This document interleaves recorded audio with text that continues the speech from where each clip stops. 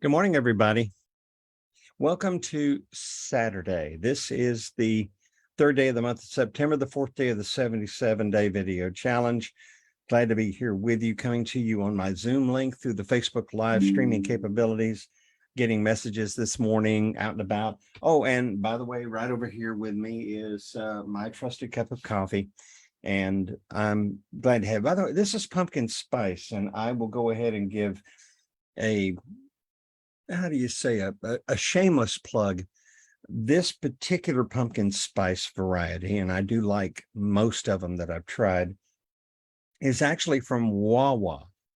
And I picked it up when I was coming back from the Tampa International Airport, having taken a friend early that morning to get to a plane flight that they had to fly out to Dallas, Texas. And so as I was passing through Plant City, Florida, a very favorite place of mine, I noticed that there was an advertisement for pumpkin spice coffee. So coming back, I bought a cup of it, and I noticed that they had bags of it at the counter that you could buy. And the price was reasonable. But it's just, I like pumpkin spices, and it's not the pumpkin spice flavored stuff. Make no mistake about it. When I drink coffee, I prefer the taste of coffee. Now, there are various flavorings or seasonings or things that cause the aroma of coffee to be altered somewhat, but they don't add what we call sweeteners, unlike creamers that you can buy by very good brands, which actually not only add that flavor, but they also add a sweetening component. And I don't like my coffee sweet. So I saw this bag of ground medium roast Arabica with pumpkin seasoning in it and some other seasonings. And like a good pumpkin spice coffee drinker, I purchased a bag of it. And this morning I brewed a cup of it. The only thing that you'll notice, other than the fact that the mug is orange, which anybody that knows me knows orange is my color, is that I have another mug, which I could have taken out, which actually has the print of a jack-o'-lantern on one side, but it's also an orange mug. And I bought it at, of all places, Dollar General. It's interesting what you find that is actually quite useful. But there is one thing about the Dollar General mug that I learned, and this goes to the lessons that I like to share with you about things we don't notice. The Dollar General Market mug, when you put it in the microwave, the mug gets microwaved to a much, much warmer temperature than the liquid that you're trying to heat up in the mug. That's an interesting dynamic. Something, oh my goodness, there's already, this, by the way, is my phone, which I should have muted. And already this morning, the spammers are calling me. Anyway, getting back to it, the mug got hot, got hotter than the brew inside of it. Not so with this. A little bit different feel this morning. It's a Saturday. It's also Labor Day weekend. For a lot of people, it's a long weekend. I was at Catapult yesterday in Lakeland, and I was doing file work and other types of detail work. And as I was at Catapult, I noticed that there were not that many people there. And a friend of mine said, I'm surprised on a Friday to see so few people here at this time of day. And I thought for just a moment, and I said, probably because many of them are taking a long weekend. They're actually going to enjoy the Labor Day weekend, because Labor Day is always considered to be officially the end of the summer vacation, the beginning of that last Final Four. Those Final 4 months when there's so much activity and excitement, the build up through the college football season, the beginning of professional football, a lot of other great things taking place. In addition to that, we're leading up to the events that always come starting in November with Veterans Day, Thanksgiving, and then into December with Christmas and New Year's. And for those of different faiths, there's Hanukkah, also Kwanzaa, there's Boxing Day, many, many different kinds of things taking place this time of the year. Now, as for what we're going to talk about this morning briefly, I want to begin to move to the second letter of resolve. We talked about the letter R in resolve as being resilience. Resilience we'll probably visit and talk about again from time to time, because resilience is an important thing. You could even say that there is a certain degree of resilience in the consistency of building up the habit of doing something like this, such as doing a presentation every day on Zoom or on Facebook Live, where I come in and I talk to you and I share with you in this video challenge some of the thoughts that are with me. Today, my mind, of course, is on the fact that I have a full Friday with an opportunity to get a lot of things done around the house, a few errands to run, but also very, very important and productive work. But to begin the day, this is a very important part of the day. And the video challenge brings me to the letter E in resolve. We have the R for resilience. The E is for engage or engagement. And if I could add an additional word with the letter E in front of it, I would say energetic engagement. Energetic engagement is even more so, because you have moments where you engage situations that you have to engage, and understand that engagement is not just with people. Engagement is taking on and engaging anything directly head on that is placed in front of you that serves to be a challenge, a confrontation, a test, or it serves to be an opportunity, a joy, a pleasure, fun, all kinds of things. Engagement is simply the activity of being directly in contact with things. A lot of different ways of saying to engage, and also gauge can have some different kinds of definitions or interpretations. In any way, form, shape, or fashion, the point is to engage means to get out there and make contact and connection with.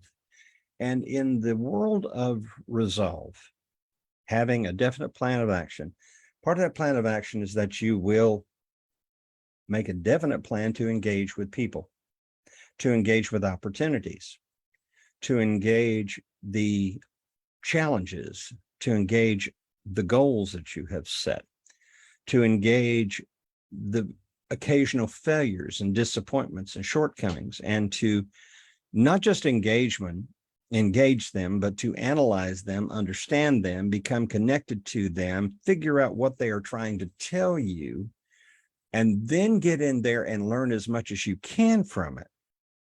Yesterday, I talked about how when you create a relationship with someone, in the relationship building process, you are engaging that individual. That's exactly what it is. You're engaging people.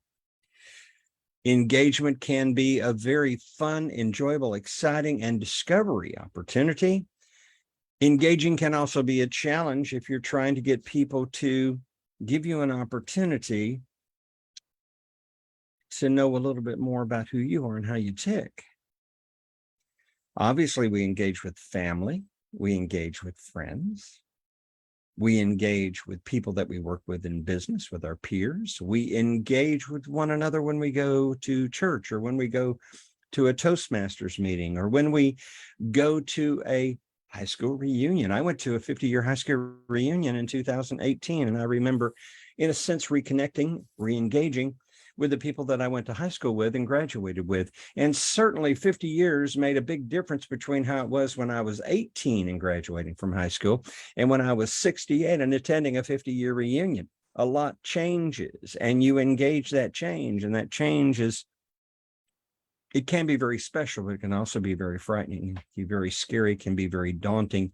It can be very much something that you almost are hesitant to want to take on, because, like so many things, you either know that it's going to be a difficult challenge, or you don't have any idea what you're going to confront. So you're going in completely and totally blind. You don't have a conception of how it's going to be, but you're doing so, in a sense, by faith.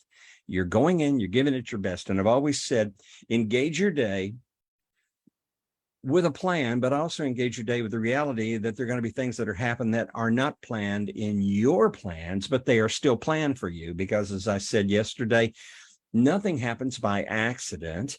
And if nothing happens by accident, even those things that are the unexpected changes that you must engage are still inevitable. We can't avoid, well, we can try to avoid. Which brings me to an interesting point. There are people who literally spend their lives trying to avoid any kind of a potential, possible, problem-causing situation. They are genuinely afraid. They are genuinely standoffish.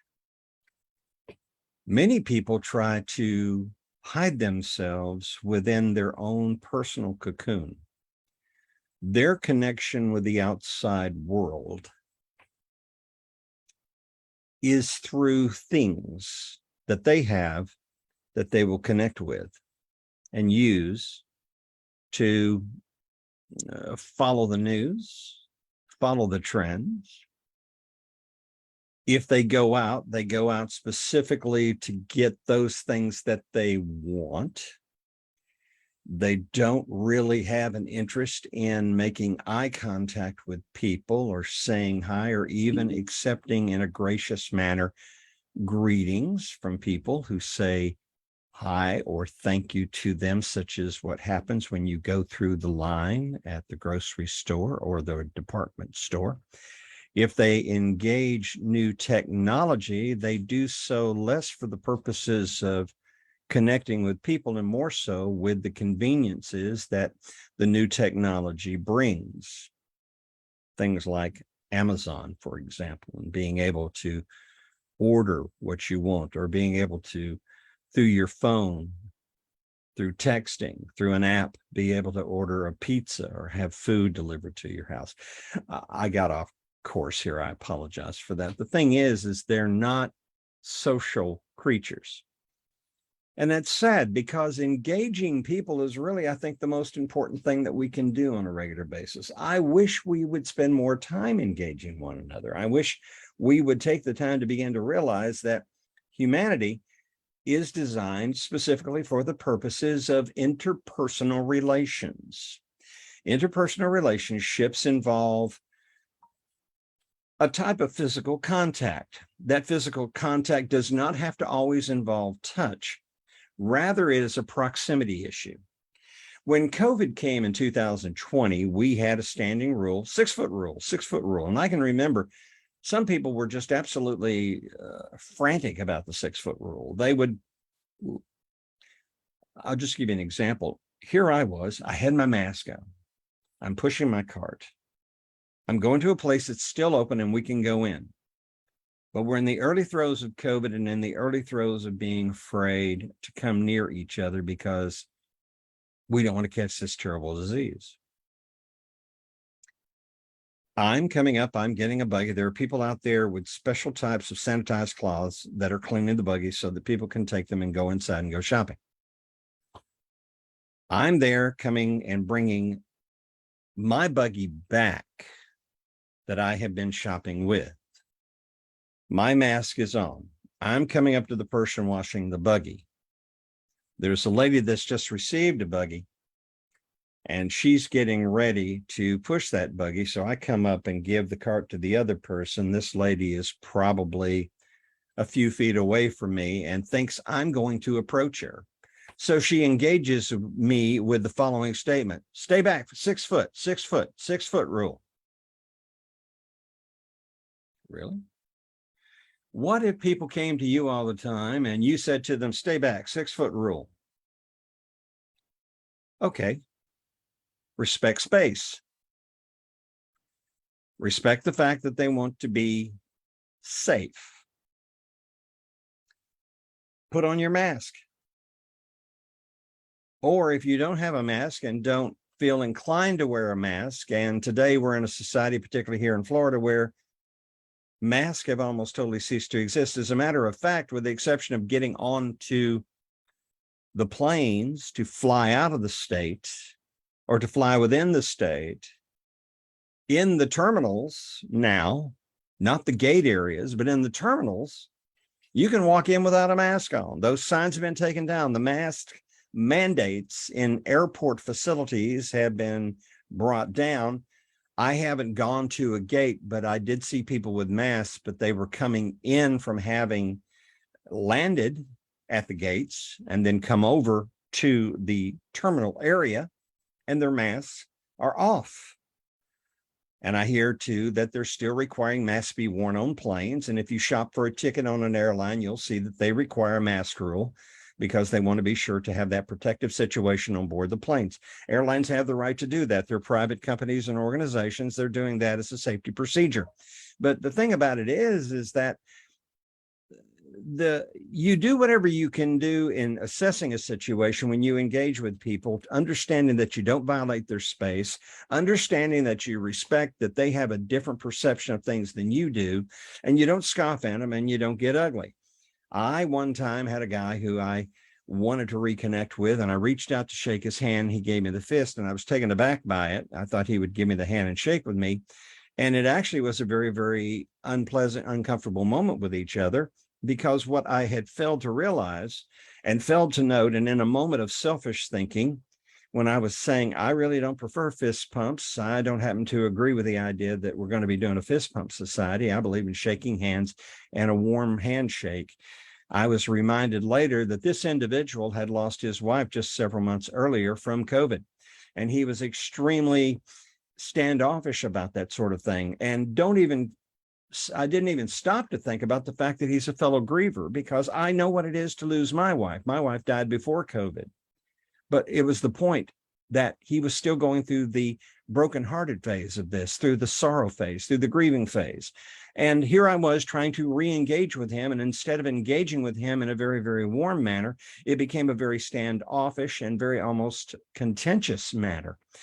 Engagement requires something that I have to work on every day, and I would like to encourage you to work on every day. Engaging people means, first, get a smile on your face. Now, somebody already sent me out a note on Facebook and said, John, I'm enjoying your videos every day. I'm enjoying what you're talking about. These are things that I find very, very special. John, can you smile more? And I got to be thinking about it. You're on camera, and when you're on camera, you want to convey your very, very best possible face. I got to work on smiling. Help me with that. There are some subjects that don't elicit a smile. Some subjects even elicit a sense of anger, a sense of anguish, or a sense of acrimony. And I don't want to be the kind of person that's always just in a very, very serious mood talking to you about things. Oh, could I take a moment and just step aside on that subject and say, when you're looking, do you see this bluishness on my glasses? These glasses are brand new. And I don't know if it has to do with the way the lenses are done, but for those of us who are on computers a lot and in front of computer screens, there is a type, I guess, of tinting maybe, that is called a blue light filter. And I guess this bluishness in my lenses is indicative of that blue light filter, because my screen is reflecting off my glasses. I can see it when I look at the screen, and I realize for you, it's saying one of two things. Wow, he's got the bluest eyes I've ever seen. Or what is that distracting thing on your glasses? Can you take them off? Yes, I can take them off, but then everything's a blur. So I don't know what to do, except I just had to let you know about that, because if that's distracting you, I apologize for that. Back to the main thing, engagement here has to be a situation where you have a smile on your face, just as I'm trying to have a smile on my face talking to you. Being warm, being approachable, being willing to say, yes, I'd like to meet you. How do you prefer to be greeted? And if they, as you start to reach out your hand, for example, to do what I like to do, which is to literally shake hands, to grip that hand and to give a firm but very warm handshake, if they come with a fist, I immediately revert into a fist position and I give them the fist pump. Sometimes people don't want to have any kind of physical contact, and they want to maintain at least some type of a space. You can still engage. And of course, you can engage with these tools. the computer, this, other things which allow you to be able to see people and to FaceTime with them. I know that when my son wants to talk with me and he wants to show me off my beautiful granddaughters, he will call me on Facebook Messenger, because on Facebook Messenger, you can FaceTime with each other if you have smartphones with cameras. And he'll be having his camera working on his end, and I'll be able to see him. He'll be able to see me. And if he's sitting on the couch there in the living room at the house in Ruskin, Florida, he'll have Donna Mel with him, which of course is my oldest granddaughter, who will be 3 in January. And he'll also, if he's there, he may be holding our newborn, the little over 2-week-old Elizabeth Marie, who is better known as Issa. And this is the new daughter to Donald and Claudine, and my second granddaughter. And as you know from the stories I've told you previously, I got a late start on being a grandfather. I was actually, we had, let's see, let me think for a second here. Yeah, I didn't become a grandfather until 2020. And that was in January of 2020. And I would turn 70 that year. 70. That long to become a grandfather. When I was at the reunion, everybody that had been married and had children already had grandchildren, and some of them had great-grandchildren. So in re-engaging with them, I learned a lot of interesting things. But again, I digress. The key is there's communications tools available to us. But the greatest engagement is that engagement that we do when we get in front of an individual. We can look at them, we can size them up, and we can go back to the thing I talked about yesterday about how you need to stop. You need to look with both eyes, listen with both ears, keep your mouth shut, and get to know the individual. And when you do open your mouth, ask more questions about them. Get to know more about them. Don't sit there and start talking about what you do. Don't be sitting there talking about yourself. This is something that I was terribly guilty of. And now I'm trying to learn to be the kind of individual that comes to you and says, if you and I are talking in a conversation, I want to know what makes you tick. I want to know what drives your passion. I want to know what thrills you and excites you. I want to know what causes you to worry. I want to know what you struggle with. I want to know if there's anything I can do to be an encouragement to you. Is there anything that I can offer to help you in that process?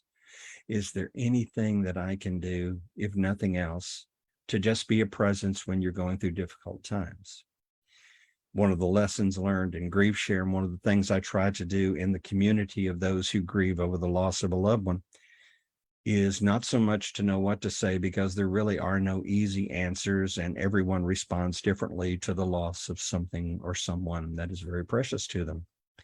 And so in that particular situation, you must learn to be present, but to also be sensitive enough to know that sometimes it's best just to keep your mouth shut.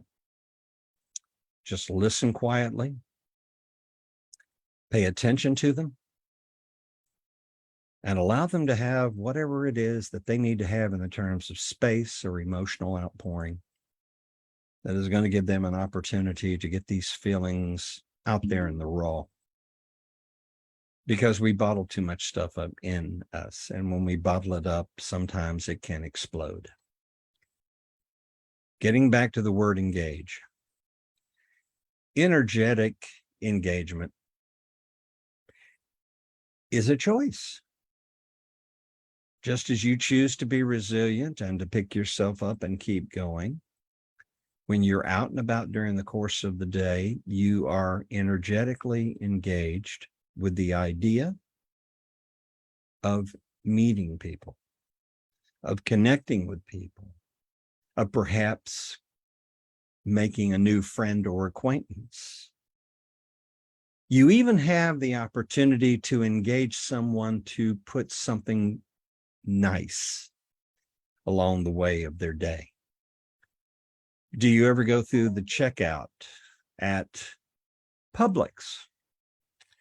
And when the purchase is complete and you've made your payment and you're gathering your things, there's a bag person there who says, would you like me to help you out to the car? There's the cashier who is taking care of the business of taking your payment and providing and making sure that your purchase is good and that your experience, as they say at Publix, has been a pleasure. Do you turn to them and express to them, thank you so much. I hope you have a wonderful day. I'll look forward to seeing you again, God willing, or something to that effect. If the person's saying, can I give you a hand with your groceries out to your car? Even if you want to go ahead and just take them to the car yourself because you're an independent thinking individual, no, you're not insulted by the fact that someone wants to help you. They're just doing their job. They're being courteous. They are service-minded people. Do you look at them and say, thank you so very, very much. I appreciate the offer, but I'll do it myself. Just have a great day. There's a little bit of an extra effort and margin there. But when you go back to the I never noticed message of being distracted and missing opportunities, engagement is an opportunity. If you're so busy thinking about where you've got to be next, or thinking about a deadline that you have self-imposed upon yourself, you will fly past people and miss opportunities. You will fly past people and fail to see things which you should take note of, either in terms of, I should pray for that individual, or maybe I should walk over there and say hi to that individual and see if there's something I can say to them or help them with. Or you just simply see in that individual something that you didn't know or see before, or you might even possibly recognize something about that individual that reminds you of someone you used to know.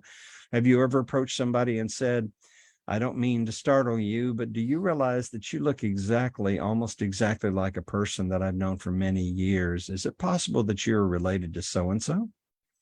Somebody would say, is that a come on? No, it's not a come on. If you're sincere and you are actually in the business of meeting people every day, and you are a outgoing person, not a run up and scare the living daylights out of type person, but just the kind of individual that is engaging in their energy, and it's a positive energy, there is an amazing opportunity for you to become something even more than just another physical person going through life on a day-to-day basis, doing the things that we do. And we pass literally dozens and hundreds and sometimes even thousands of people in the course of a day. Energetic engagement. Maybe you need to begin to take a risk. Take the measures you need to protect yourself. Be physically responsible. Be health conscious. Respect people's space. Do not treat them like they're some kind of a plague-infested individual, or if you don't happen to agree with the fact that we are in a society where we're taking greater measures to try to be careful in protecting our health and hopefully the health of others that we come in contact with, don't let that get in the way of you engaging. You can engage with a smile. You can engage with a positive glance. You can engage with a wave, a greeting. You can engage when you are introduced or have the opportunity to meet or to approach someone and introduce yourself. How it goes from there is all about your desire to get to know them. It's an unselfish behavior. Yes, you want to know them, and there's a selfish degree in that, I suppose. And yes, I want them to know who I am and what I do. But the greater issue is, here's someone I'd like to meet, and perhaps maybe we have an opportunity to begin to generate a relationship.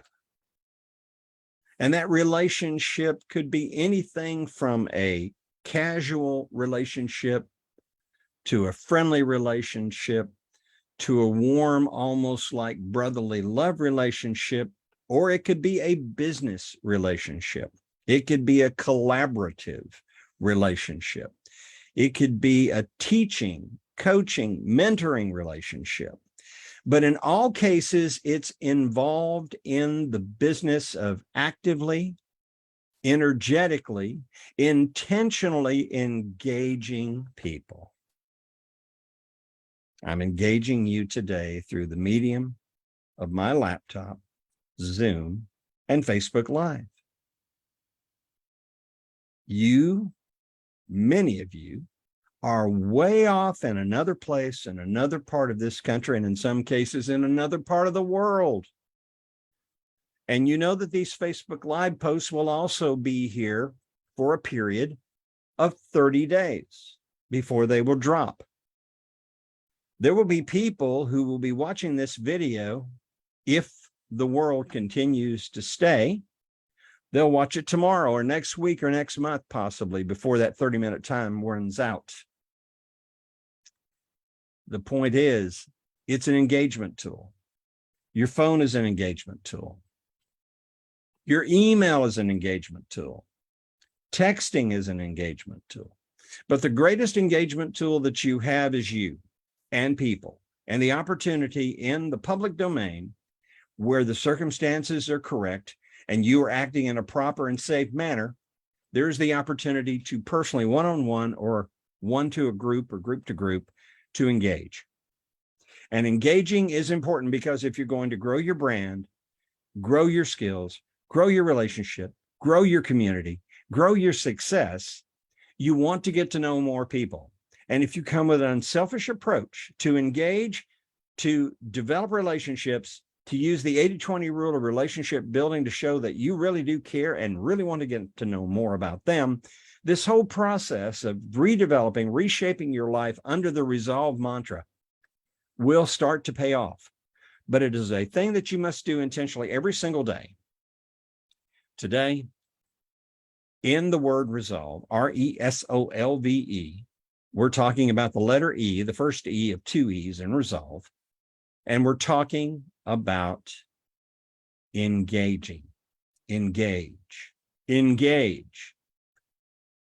Remember, plot the course, engage. Set the goal, engage. Make the promise, engage. There's a list of things. And all of these have to do not just with what you do for yourself, but how you give yourself to other people through the process of connection, through engaging. Engage for success. Engage for relationships. Engage for a better quality of life. Looking forward to joining you on day 5 tomorrow, which will be Sunday.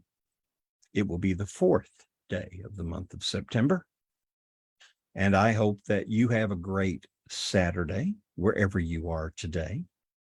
And I hope that you will remember that this 77-day video challenge is not just about me,